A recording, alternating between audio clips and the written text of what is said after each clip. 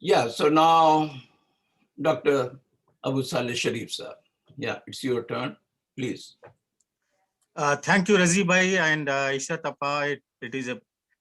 I'm so happy and delighted to be talking with you. And I have a request. I want somebody to alert me 10 minutes before the so-called my time gets over so that I can conclude it properly. The topic is very vast. So it is highly multidimensional. It touches on economic issues, it touches on social issues, it touches on politics.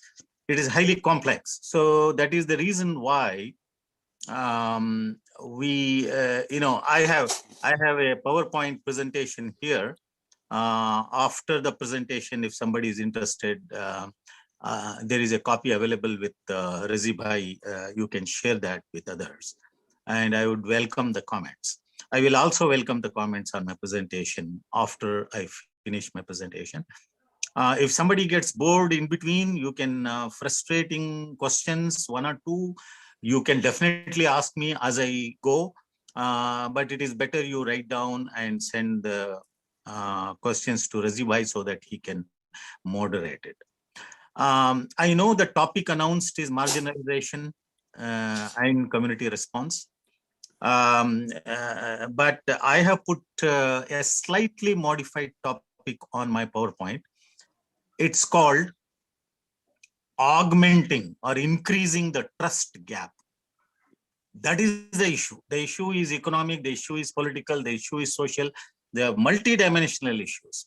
But ultimately, what is being achieved through this whole process of marginalization is to augment the trust gap between the Muslims and the larger communities in India. This is a slightly different twist in understanding what it means, and I'm sure as I complete my presentation, this issue will get properly highlighted in the minds of the listeners. So, do you need a? How do you are going to share the power presentation? You have a copy. You can share it later. At the moment, I'm going to run down myself. But for that, I have to make you no. You don't have to. You don't have to show that over there. Let the people listen now, and you can share it later. Okay. Okay. All right. Sure. Okay. It will be easy. It will be easy. Yeah. That's fine. That's fine. There is no exact. There is no need for others to refer to PowerPoint as I speak. First, let them listen, and then people get interested to know more. You can share. All right. So first thing, I have to lay down the context of this talk. The context is obvious. Muslims are facing marginalization process in India. Title says it. But now a very quick answer for that is, what do we do? How do we do? What happens to the Muslims long term? Now the basic frame is, Muslims are affected in the same manner like other communities through the given conditions. What are the given conditions? Economic, political, social. So within that, there are constraints and there are opportunities. The given conditions are there. There are many constraints which are maneuverable, but there are also opportunities. So let us see those opportunities as we analyze our constraints, and then we will see what opportunities we have to overcome this very serious threat which the Muslim community is facing. Now, the given conditions are the economic dimensions or the economic maneuverability, the utilization of the economic system in India is linked with the current economic structure of India. So if you want to understand the economic maneuverability, how much Muslims can use the economic system, you have to understand its structure. So the Muslim community has not understood the changing structure of the Indian economy. That's a kind of generalized comment, but we can go to specifics as we go on.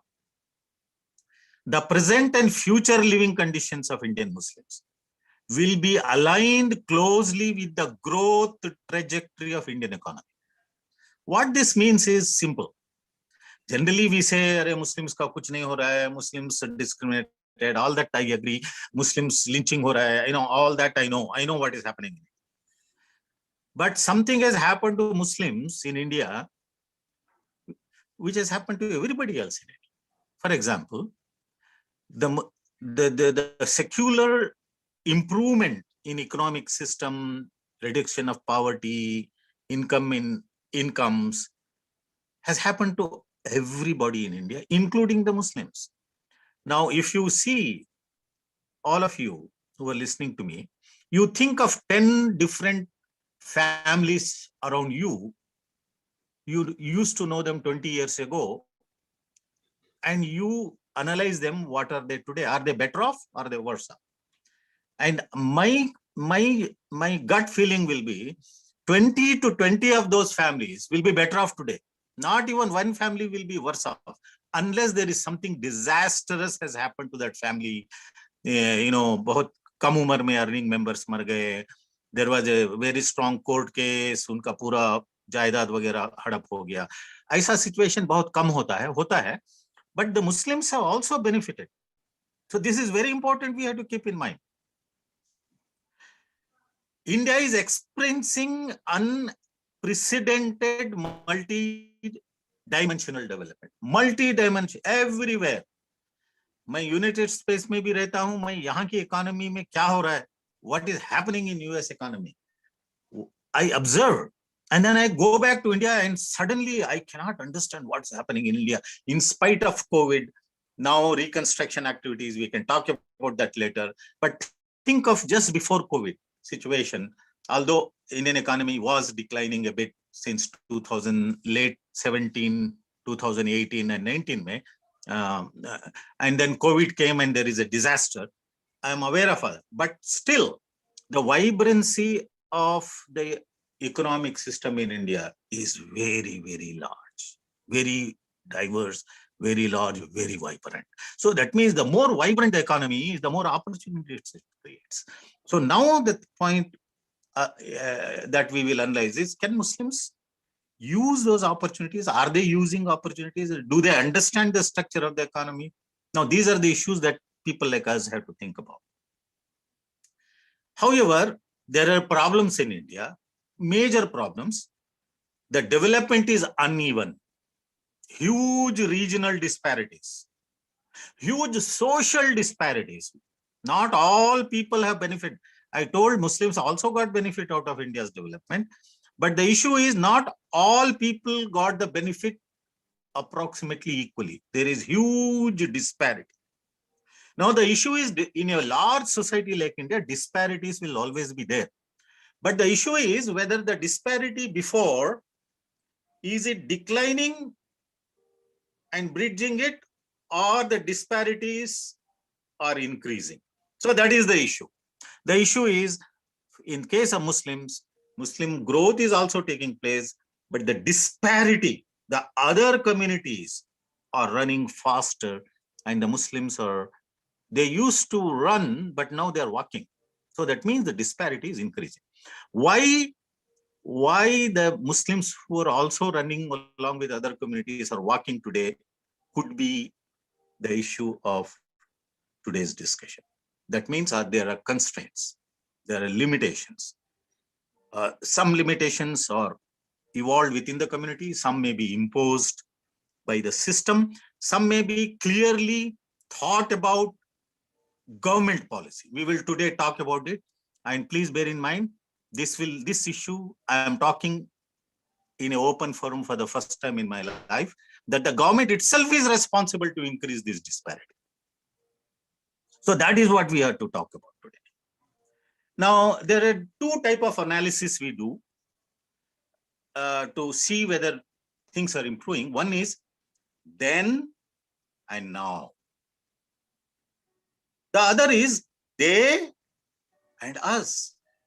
Now, it's a combination of then and now and they and us, which is what will provide us the structure to understand disparities. Relative comparison is an essential extension of assessing absolute level of development. It is not enough to say India is growing. It is important to say who within India the relative development is taking place is the challenge, and which has been there in the economic literature, political economy literature, but now it has become very relevant to do that. Now I have some important slides here which you cannot see. So where I have shown that the projections, China, India, Japan, United States, these large economies. If you see, India is the only country that in next 30 to 40 years has the opportunities to increase their middle class. At the moment, middle class is still low. But in next 30 to 40 years, India will have the largest middle class in the whole world. How do you define middle class is an issue. We can talk about that later. But the fact is, the middle class is the class which will have the ability to spend. It will have the ability to perform. It is the middle class which has the ability to kick off the economic production and distribution systems. So there is no escape that India is going to have the largest middle class. Right now, it is the largest, but it has a smaller amount of disposable income, but the disposable income is also going to increase as we go on for next 20, 30 years. So from that perspective alone, keep dynamism of the Indian economy in mind. From that perspective alone, in spite of the problems which Muslims are facing, Muslims are going to benefit and reap the benefit of India's development in next 20, 30 years. As we go on that one, more recently, I have brought here projections and data for quarterly data for last 3 years of Indian economy. India has suffered very badly. United States has suffered very badly. So the issue is India is going to rebound 10%, 12% growth rate next year. It can possibly do 10, 12, it can do even 20. But the issue is it has fallen so deep, even at 15% growth next year will reach only to the surface. It will not reach to the 15% growth of the previous year. So that means India may rebound, but still it will be at the zero level. So the growth during 16, 17, 14 period, that is 10%, 8%, 9% growth rate, to achieve positive 9% growth rate, we are still, I see 4 to 5 years in the horizon. So we will have economic difficulties in India for next 3 to 5 years. Don't expect there is a magic wand. Government says something, budget, they say V-shaped growth. All that is people like us who think a little bit more deeply with respect to both relative and absolute level of development. I'm not convinced that V-shaped growth will help communities yet. And whether the V-shaped growth happens, that itself is disputed. The government Babus and Johnnies there, they talk so much in the media. Please ignore all those talk. Economic forecasting is a serious business, and it has to be done by the professionals. In spite of all this, just a comparative picture, India is still having a large economy. It is supposed to be very close. It is in the league of the top 5. Top 5 in terms of some accounting, which says India has so much of GDP, 4 trillion or something like that. But if you take the per capita income, you just see the nominal per capita income of United States is $65,500 per year. On an average, every human being in United States add $65,000 to the national economy. China adds about $11,000 to the national economy of the Chinese. Indians add only 2,100. So people say every day headlines, India, China, big democracies, these two people, India now competing with China. No, India is not competing with US. India's per capita income is only $2,000 and United States is $66,000 per year. We have a very long way to go. Now, it is useful to feel good about the competitive spirit, but sometimes this unnecessary, irrelevant competitions will destroy economies. So that is what we need to be careful about. Now, this is data, and now I'm going away from data and getting into the real political economy issues, constraints and opportunities. Pre-independent confrontational politics led to a strategy which led to partition. Partition, planned exclusion, and lot of misery. That is what happened around 1947. The politics and process of marginalization of Muslims did not begin after independent India. It began during the British. Why? British had to fight the rulers of those period, and those were Muslims. Hindus were not ruling India at that time when the British came in. It was the Muslim rule. So the British fought the Muslims, not the Hindus. Actually, they used the Hindus as a kind of counterbalance to fight with the Muslims. So essentially, British fought and liquidated Muslim rule in India. Remember the terminology, divide and rule. That's what they did. They divided Hindus to liquidate the Muslim rule. Now, isolation and marginalization of Muslims is continuing even after independence. And it has reached its peak since 2014. Now, why 2014? I don't have to say. There is the second continuous run of BJP, Modi's ascent to power. However, the solutions of the current Muslim crisis must be found within the confines of the Indian Constitution. This is a statement which I personally feel we can argue about it later. Why?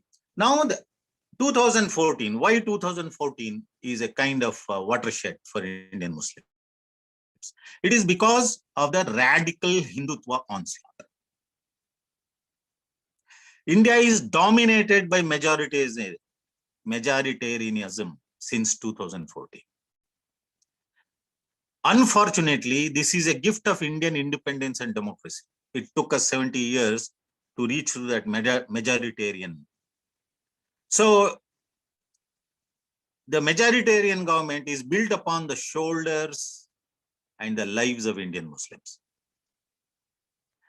India predominantly Hindu, 80%. The anti-Muslim overtures enhance popularity of the radical Hindutva politics and allows them and enables them with electoral success. It is as simple as that.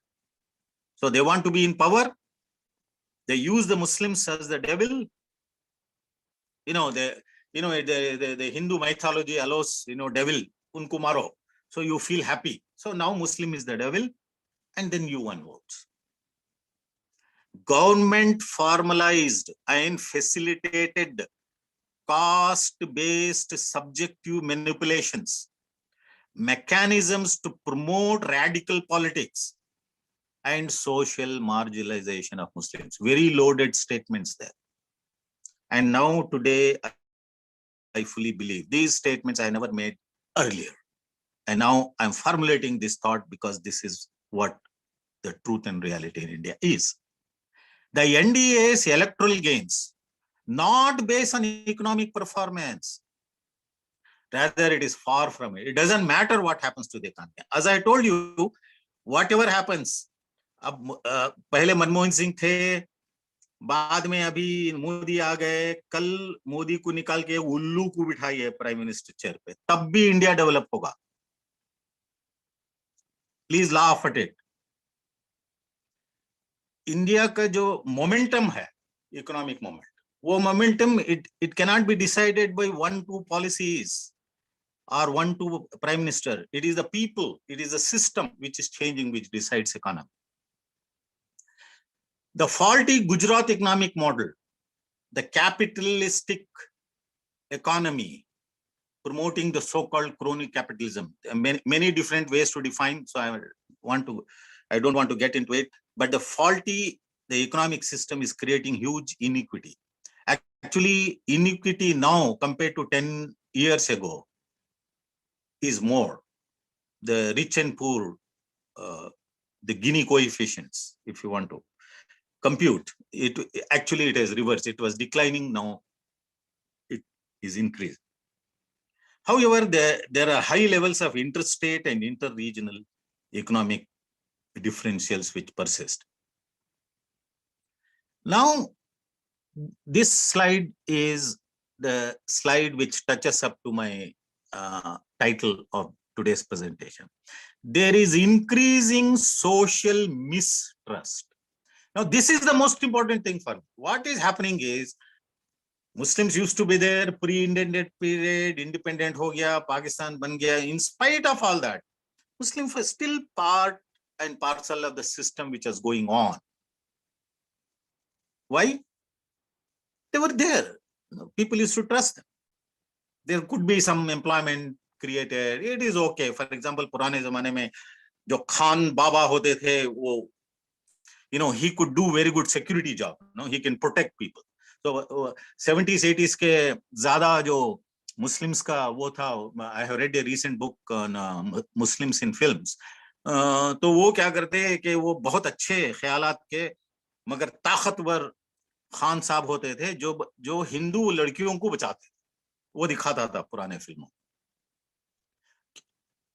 उसका मतलब ये है, there used to be a trust upon the Muslim community that they will protect the Hindus. In this case, filmy language में Hindu girl, Hindu बहन, Hindu माँ। अब ये trust खत्म हो गया, ये ट्रस्ट को खत्म कर रहा है बीजेपी और एनडीए। ये है सबसे बड़ी बीमारी। ये ट्रस्ट खत्म हो जाएगा,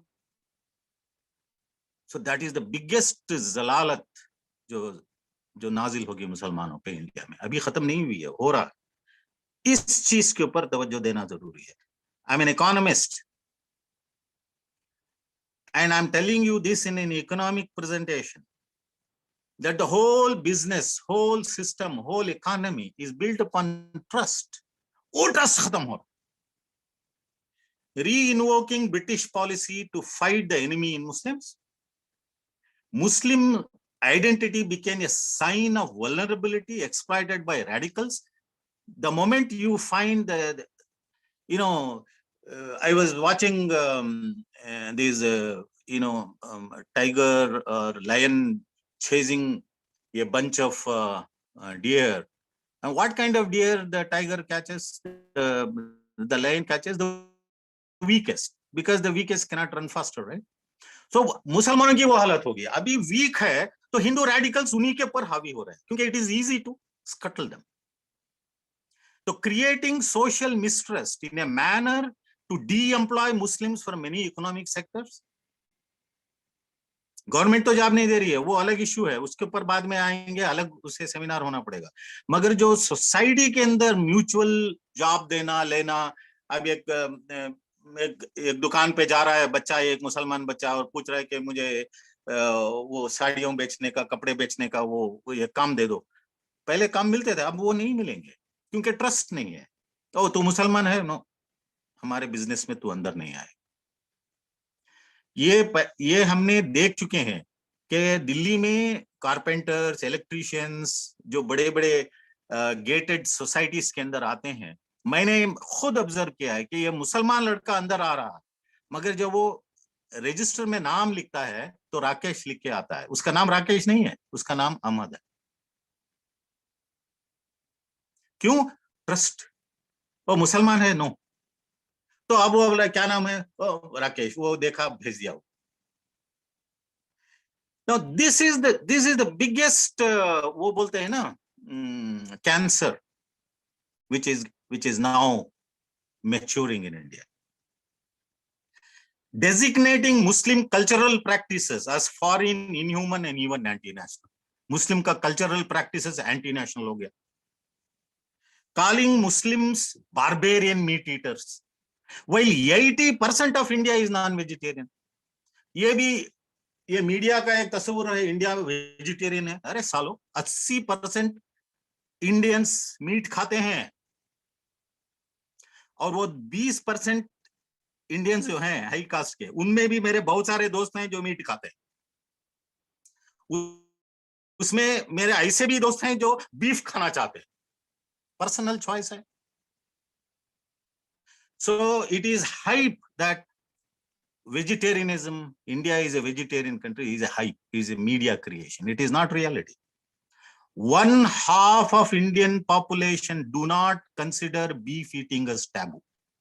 मैं कम्युनिटीज की लिस्ट देता हूं जो बीफ ईटिंग आज भी करेंगे। वो सिर्फ मुसलमान बीफ नहीं खाता, मुसलमान तो 15% है। 50% Hindus, if you take a picture, 50% of India's population, beef eating is not a taboo. नहीं खाया, खाने दूसरा खा रहा है, खाने दो। Now radical Hindutva onslaught is also now politically motivated laws बना रहा है। ये बहुत ही सीरियस है। Ordinance, legislations, non-coherent social and economic policies. कोई coherence नहीं है, कोई नहीं। CAA is not needed in India. Without CAA, you can make the Hindus which are persecuted in Pakistan, Bangladesh, जो आना चाहते हैं, उनको CAA की कोई जरूरत नहीं है। उसको locally decide करके applications लेके उनको citizen बना सकते हैं। CAA is not needed to address the issue of persecuted Hindus from neighborhood countries. But the CAA बनाया गया इस लिहाज से कि we want to protect this Hindus from Pakistan, from Bangladesh and other places जो persecute हो रहे हैं, उनको protect करने के लिए, उनको protect करने के लिए CAA की जरूरत नहीं है। उनको protect करने के अपने local laws की जरूरत है, which are already there. You can just make a directive. India is open to all the persecuted Hindus who are coming to India to apply to the district collectors of that district, and district collector take an interview and he gives a certificate. It is the district collector who can make citizens, not India. Now they are also thinking of preparing a national register of citizens. India में citizenship register कैसे बन सकती है? It is like creating a social security number for United States. India के अंदर वो social security के number के अंदर your birthday, your this one, your so you need to give. India में आज भी up to 50% of Indians, whether Muslims or Hindus, they may not have birth certificates. Birth certificate का जमाना तो 40 साल से अब शुरू हुआ है। आपके पहले तो बर्थ सर्टिफिकेट बनते ही नहीं थे। अभी भी जो the villages in the outbacks in UP, Bihar, Madhya Pradesh, where the births occur in home, not in a hospital or a nursing home, still many of them will not have registered their births. So creating this national population register, what is the need for it? You already have electoral rolls. Electoral roll voting system के लिए बनाया हो गया है। Electoral rolls के basis पे you are winning elections. So what is the national register of citizens? National register citizens कहते हैं कि the welfare benefits जो दे रहे हैं, so it is going to wrong people. All are people, all are whether wrong or right, all poor people are Indian people. So it is the government jobs to identify every one of them and give the benefit. So there is no need for national register of citizens. It is a useless exercise, at least for now. But next 30-40 years, because now every child which is born, institutional births are increasing, उनके births register हो जाएंगे, They will have a card later, and then they'll have an Aadhaar card, which is more genuine. So over a period of time, these things will improve. You cannot improve this by a magic in two years. And this is what they're trying to do. And to do this, they also want to collect an illegal data collection activity government of India wants to do. I'm using the word illegal. Please read my articles in the front line. They want to create a national population register through Census of India. Census of India is a very great institution. It collects data for planning, etc., etc., etc.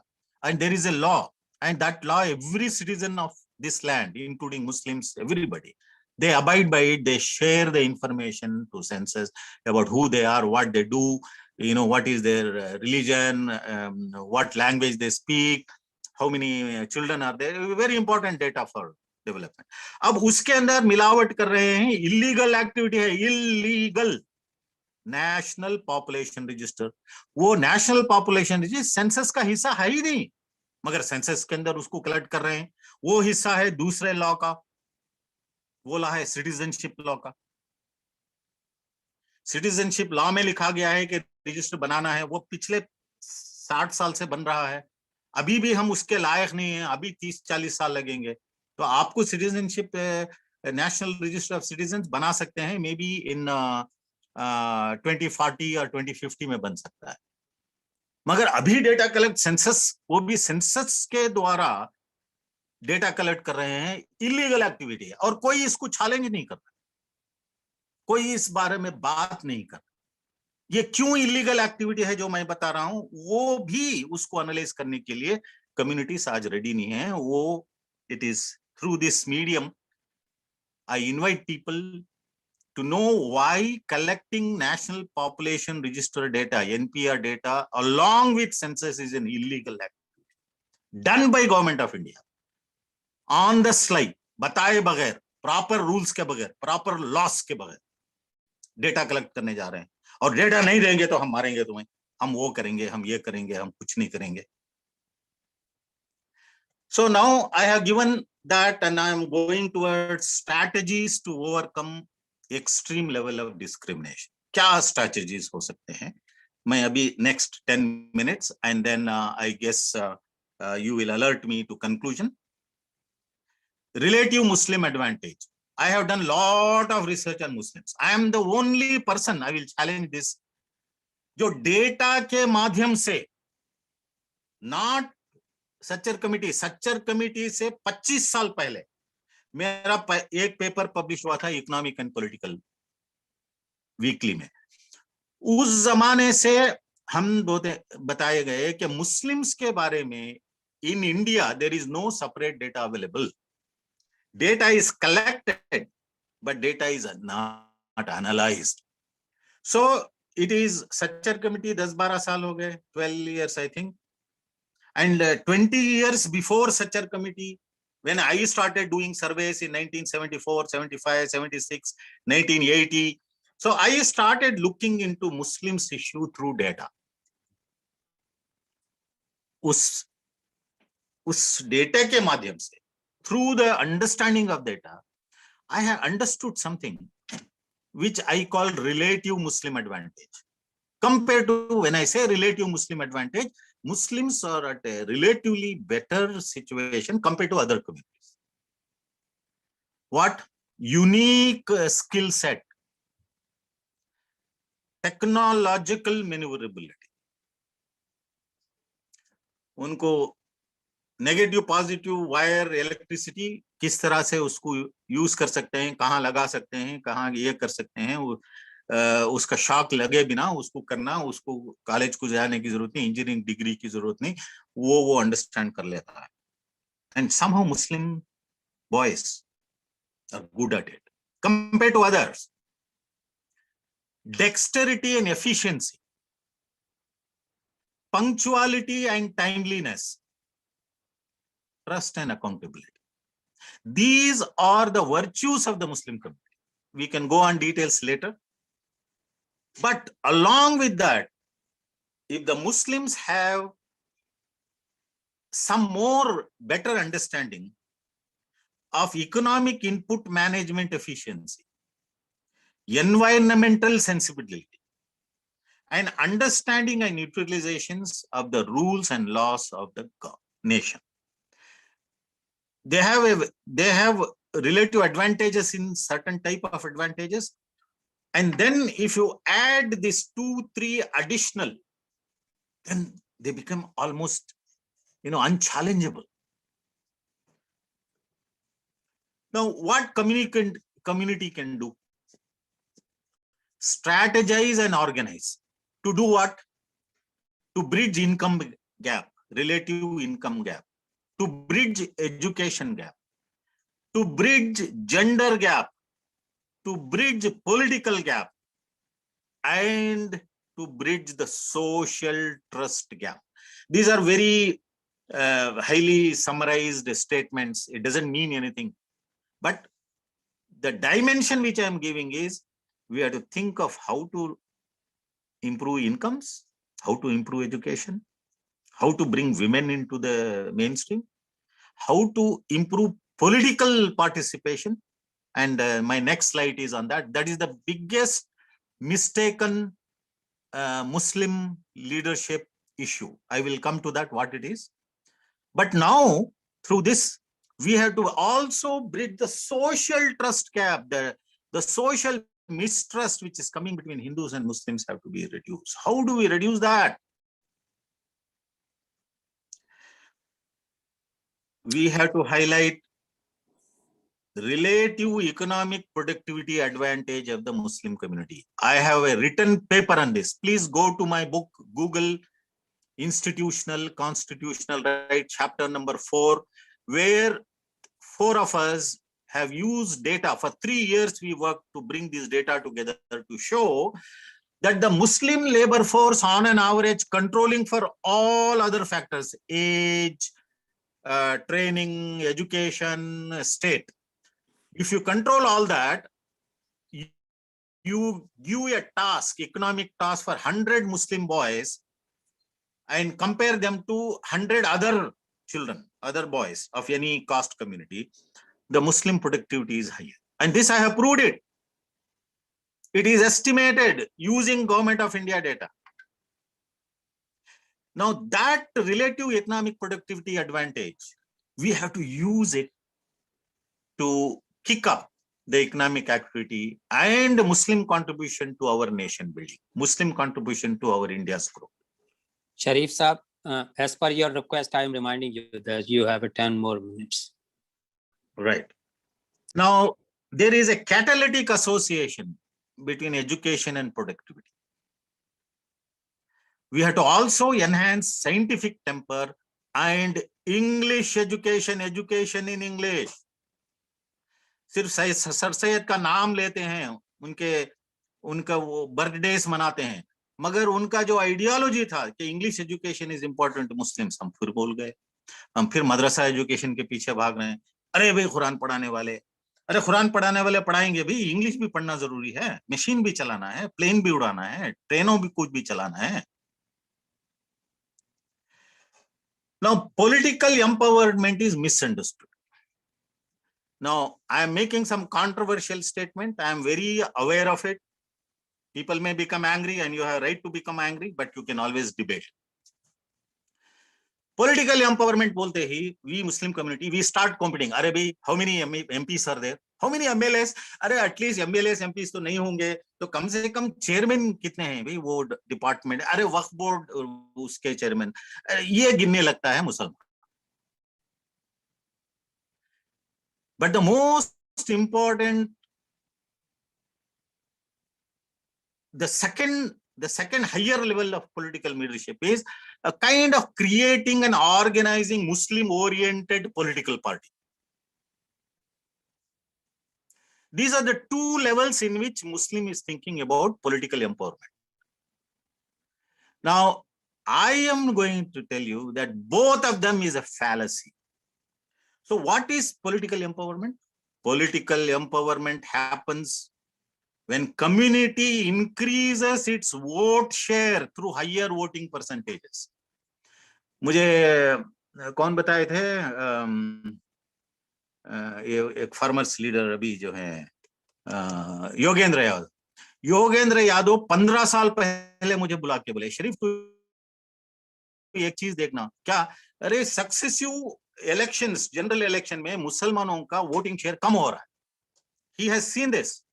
He had this data and he invited me to study that. 15 साल पहले. तो मुसलमान voting को नहीं जाता है, MPs गिनने लगता है, एमएलएस गिनने लगता है, मगर वोटिंग को जाता नहीं है. So political empowerment happens, we increase voting share. Secondly, political empowerment participation happens when Muslims join the grassroots level institutions. MP MLA नहीं, अपने पंचायत, अपनी म्युनिसिपैलिटी, अपने घरों के अतराफ जो कमिटीज होते हैं उसके अंदर भागीदारी, उसके भागीदारी मुसलमान अलग होता है. वो बोलता है ये बगल वाला हिंदू है, वो ग्रुप में नहीं जाएंगे. ये है जो मुसलमान की आइडेंटिटी को खत्म करेगा.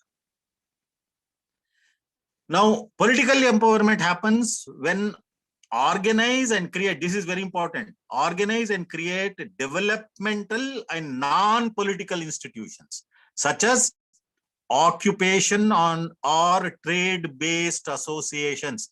This is the biggest opportunity we have. Economy बढ़ने वाली है. अब उसके अंदर मुस्लिम्स जो occupations करते हैं, जो भी जिस भी तरह के, वो occupation बेस्ड एसोसिएशंस बना रहे हैं. अभी तो मॉस्क बेस्ड एसोसिएशंस बनते हैं. ये मस्जिद है, मस्जिद कमेटी बना ले, एक मदरसे चला रहे हैं, अच्छी बात है मदरसा. ये काफी नहीं है. प्रोडक्शन सिस्टम, हमारा इकोनॉमी, हमारा वो जो है उसके अंदर एसोसिएशंस बनाने हैं, जो गवर्नमेंट भी चाहती है कि उनके सब्सिडीज को रूट आउट करने के लिए इस तरह के एसोसिएशंस की जरूरत पड़ती है. Then political empowerment also happens when Muslims understand that Hindus can also be well-wishers of Muslims, and Hindus can also be our leaders in democracy. ये जो बात है ना, अरे ये हिंदू है, ये हमारा क्या करेगा, यही तो खत्म कर रहा है. हिंदूस हमारे लीडर्स बन सकते हैं डेमोक्रेसी. और दूसरा, Muslims generally main stream issues जो होते हैं उसके अंदर भागीदारी नहीं होती. जैसा कि environmental issue, there is issue on health, education, agriculture. During the Covid I saw some very good important Muslim participation in feeding people. थोड़ा सा महसूस हुआ है 1 or 2 cities में, मगर जनरली मुसलमान जो मेन स्ट्रीम इशू होते हैं उसके अंदर भागीदारी लेने के लिए आगे नहीं बढ़ता. Now, my last slide on this before I conclude is मैं यहाँ पे एक बहुत अच्छा मैं स्लाइड बनाया हूँ, जिसमें हमारे एक मित्र हैं अमिताभ कुंडू, जो बहुत अच्छा डाइवर्सिटी इंडेक्स पे जो इशरत आपा बता रही थी उसका रिपोर्ट उन्होंने लिखा है. उन्होंने एक मेथोडोलॉजी दी है कि मुस्लिम शेयर को एजुकेशनल इंस्टीट्यूट, यूनिवर्सिटीज, डिपार्टमेंट्स, इस तरह की जगह बढ़ाना है. तो how to compute the diversity index, already methodology is given. हम दोनों एक रामलीला देखने गए थे, मैं, मेरी और फैमिली और अमिताभ साहब की. तो हम वहां देखे कि एक मौत का कुआं होता है, जहां पे 2 बच्चे जो है ना मोटरसाइकिल के अंदर इतनी तेजी से दौड़ते हैं, इतनी तेजी से कि आंखों को नजर नहीं आती. तो हम दोनों देख रहे थे, और उसके बाद अमिताभ ने कहा, यार ये देखो कितनी हिम्मत है इन लोगों ने, अपनी जान की परवाह किए बगैर ये काम करते हैं. मैंने उसी वक्त उनको बोला, अमिताभ साहब आप बता सकते हैं कि वो कौन है लड़के? मैंने उनको बोला, मुझे 100% गारंटी है वो दोनों मुसलमान. ऐसा कैसा हो सकता है, रामलीला तो चल रहा है यहाँ पे. मैंने बोला नहीं सर, जाके देखेंगे. तो उसके बाद वो शो खत्म हुआ, हम दोनों गए, वो दोनों बच्चों को बात कर, दोनों मुसलमान थे. तो बाद में हम वापस आगे बात करके उनकी तारीफ करके बाद में मैंने बोला, ये 2 बच्चे हैं, इतनी जोखिम ले सकते हैं चंद रुपए कमाने के लिए, 100, 200, 500 रुपए कमाने के लिए, उसका गलत इस्तेमाल नहीं कर सकते हम इन दोनों का. तो मुस्लिम वल्नरेबल हैं, उनको बहुत आसानी से एक्सप्लॉइट कर सकते हैं. अच्छे काम को भी एक्सप्लॉइट कर सकते हैं, बुरे काम को भी एक्सपर्ट्स करें। इसीलिए मुसलमानों की संख्या प्रिजन में ज्यादा है। क्यों? चोर चक्के ज्यादा, गन तलवार ये बम ज्यादा ले,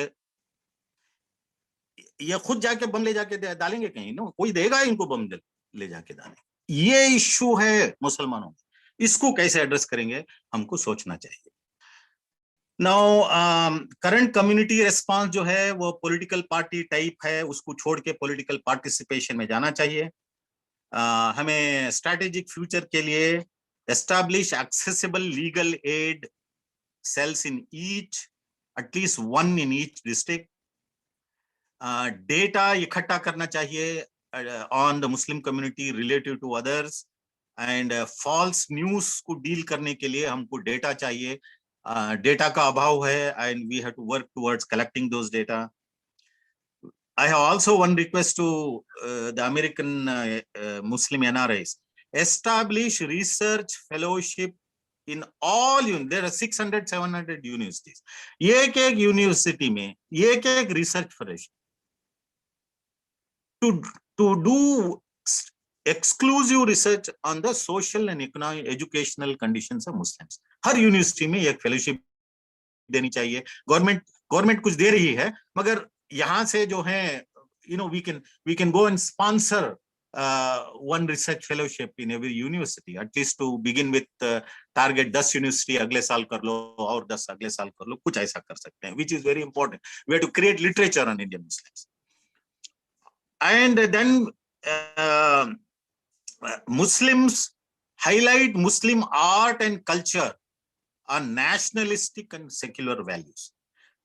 मुस्लिम का जो आइडियोलॉजी है, हिस्ट्री है, वो दबी जा रही है, उसको उभारने के लिए we have to do something else. Now formalise a national strategy, formalise करना चाहिए। अक्सर कहा जाता है कि मुस्लिम्स एंड शेड्यूल कास्ट और एक जैसे हैं, हम दोनों का पॉलिटिकल पार्टिसिपेशन होना चाहिए।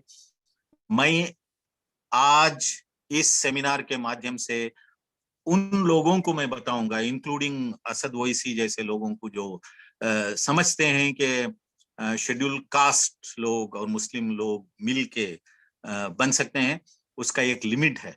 ये सक्सेस नहीं होगा, क्योंकि एससीज और एसटीज का जो गवर्नमेंट का एक सिस्टम है, कोटा सिस्टम वगैरह, प्रमोशंस करना, उनको जॉब्स देना कोटा सिस्टम में, वो सिस्टम ऐसा बना दिया है कि politically Muslims and Dalits and tribals cannot join together. They will never be together because of the competitive quota politics. वो एक लंबा इश्यू है, मगर मोस्ट इंपॉर्टेंट जो मैं कंक्लूड कर रहा हूं अभी, improve social standing and trust. Indian boys, Indian women, Indian young का जो ट्रस्ट डेफिसिट हो रहा है, वो ट्रस्ट को हमको इंप्रूव करना है। हम किस तरह से करेंगे? Understanding localise budget is important, empowering grass root level civil society, understanding statutory entitlements, programmes and policies, community leaders, civil society organisation and motivation, develop social networking channels and integrate communities in the larger frame of social contract and enhance social standing. ये social networking, WhatsApp group सिर्फ मुसलमानों के, ये नहीं चलेगा जना, India में नहीं चलेगा और चलना भी नहीं चाहिए। मैं खुद उसके फेवर में। We have to jump into the national issues. We are part of our nation building. और हमको अपने एनवायरनमेंट, अपने लोकल इश्यूज को उभारना है। ये इतना ही मेरा काम है जितना कि मेरे हिंदू भाई। Prevail on evidence based policy and augment legal support. Exclusive demands are less likely to succeed. Rewrite our vision and mission statements of Muslim associations and Muslim educational institutions, and promote gender. जब तक women को हम आगे नहीं लेंगे, main stream में नहीं लेंगे, मुस्लिम कम्युनिटी कभी नहीं बदल पाएगी। And aping the religious leader is the biggest mistake the Muslim community is doing.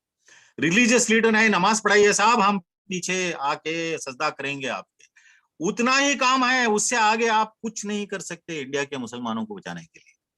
वो तो एक मेन स्ट्रीम एक्टिविटी, एक systematic assimilation of Muslims with the larger community can address that. Muslim religious leader cannot address that issue. With that, I want to say thank you.